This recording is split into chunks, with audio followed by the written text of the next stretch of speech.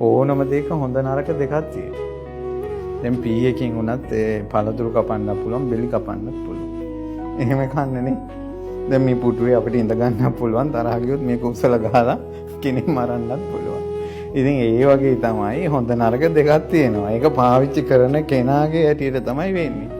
ඒතර මේ අපි කියන්නේ වැරදි විදිහට පාවිච්චි කරන්නේ නැතුව යහපත් විදිහට ජීවිතේ මේ මාධ්‍යත් එක මාධ්‍ය එපා කියලා එකක් නැහැ. දැන් මාධ්‍ය එපා කියලා මේ තාක්ෂණය එපා කියලා පැත්තකට වුණොත් එහෙම ස්වාමීන් වහන්සේ එයා මේ සමාජයේ අතරමං වෙනවා. එහෙම නැත්නම් ඒ ඔක්කොම අතහැරලා මාන වෙන්න ඕන. දැන් මේවත් එක යන්න වෙනවා.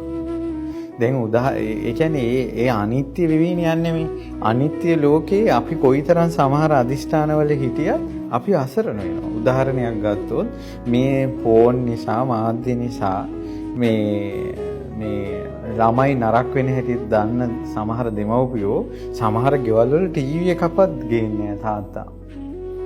ළමයි එකෙන් නරක වෙයි කියලා. දැන් කොරෝනා කාලේ මොකද වුනේ? ඔන්ලයින් ක්ලාස් පටන් ගත්තා. දැන් මොකද කරන්නේ? දැන් තාත්තට පුළුවන් ද දැන් බිත්ති දිහා බලලා හිටපන් කියලා කියන්නේ. එතන අනිවාර්යෙන් ළමයාට ෆෝන් එකක් ගෙනත් දෙන්න වෙනවා. ඊටකොට තමන්ගේ අදිෂ්ඨානයේ සහ ළමයාගේ අනාගතයට මඟ පෙන්වන්න ඒ අම්මයි තාත්තට තිබුණ බලාපොරොත්තුව අනිත්‍ය ඉදිරියේ අසරණ වෙලා හැකිලිලා ගියේ නෑ.